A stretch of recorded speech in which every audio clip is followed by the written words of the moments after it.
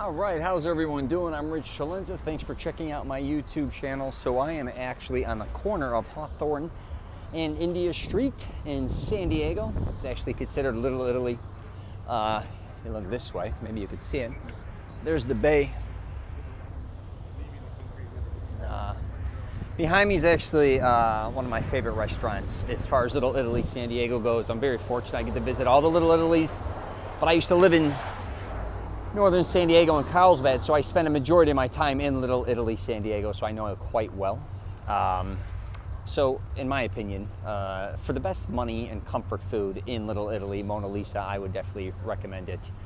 They got great lasagna, but they're really known for their cold cuts. They got sandwiches and mainly deli foods. But they have a restaurant and a deli. So there's the restaurant, there's the deli. They got a little bit of everything in there. So it runs north and south, basically Little Italy for the most part, India Street, that's what it's kind of famous for. They have a lot of different restaurants in Little Italy, San Diego. I'm not going to sit here and say it's the most authentic Little Italy, or it's nothing like Boston or even Mulberry Street in New York. But it has some really cool spots in it, kind of like Mona Lisa. I just went to another one a couple days ago, Napolitana, I think it was called. And tonight I'll probably be going to another joint, whatever. But to make a long story short, this town just keeps booming. Even in 2008, when the economy was taking a dive, Little Italy, San Diego was actually one of the communities that kept growing and never stopped. There's more residential, more hotels going up here. I'll kind of give you, it's really, really unbelievable. I actually was considering moving here because I spend so much time here, and I mainly only like Italian food. But put that aside, I was able to really write a couple of my books, and I used to write screenplays here as well.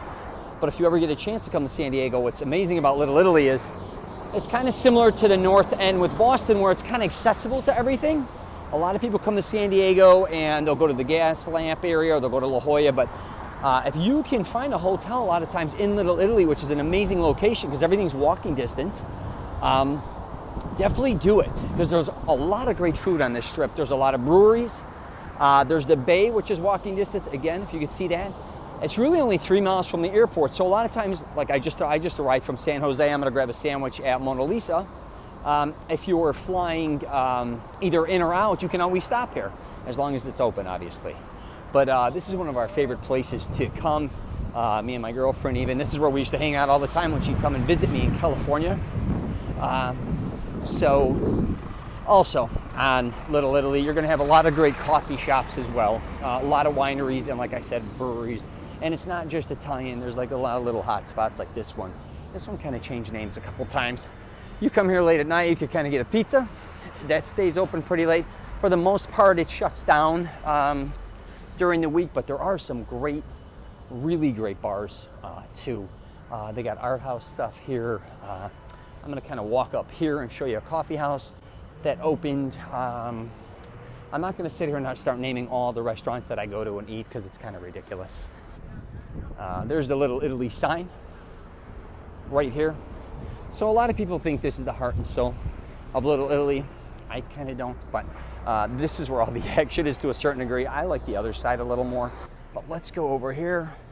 There's this guy who usually has this convertible Bentley parked out here. He sits out here. He's Italian. I think he's from Naples. So here's Landy's Pizza. How you doing? I don't think it's a big deal. It's decent. Here's Flippies, whatever the hell. My girlfriend and her sister like going there. You can find parking here. It's free. That's the thing about Little Italy. Sometimes if you park at Mona Lisa, it's free, or it's going to cost you about 15 bucks every 2 hours.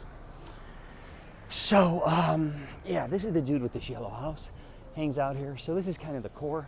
Flippers does have a good deli. Kind of looking there. They got a lot of authentic Italian type stuff. It's pretty good for Little Italy. It's probably my top few, I would say.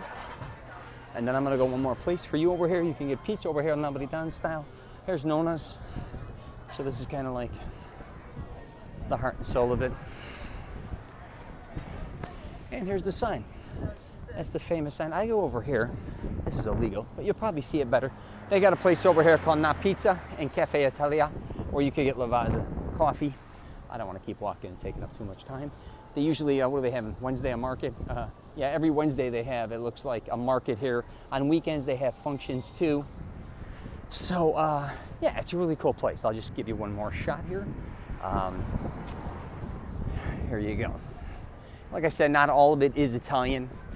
There's so many different types of restaurants and things going on here, and they're constantly adding on, changing names. This is where they have a lot of times events. Let me see. I think I got to get a little closer for you.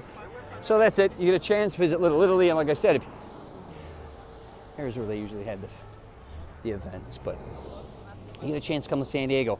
Here's the thing, if you want to travel affordably, you can actually fly into San Diego as long as it's not in season, and if you get some hotels, they usually have boutique hotels or just not really known names hotels in Little Italy, and all you got to do is Uber or Lyft to downtown. They have public transportation everywhere. You can walk everywhere, and it's a great trip.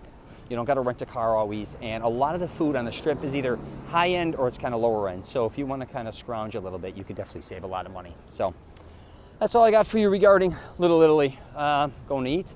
If you had a chance, subscribe to my channel. I'm always trying to post things, showing unique places I go to and trying to help people find great places to go affordably. I got a podcast out too called Rich Celenza Show, WTF are you talking about? I also have a Mastering Self-Confidence program, which helps men find the women of their dreams. So that's all I got for you. Take care and safe travels.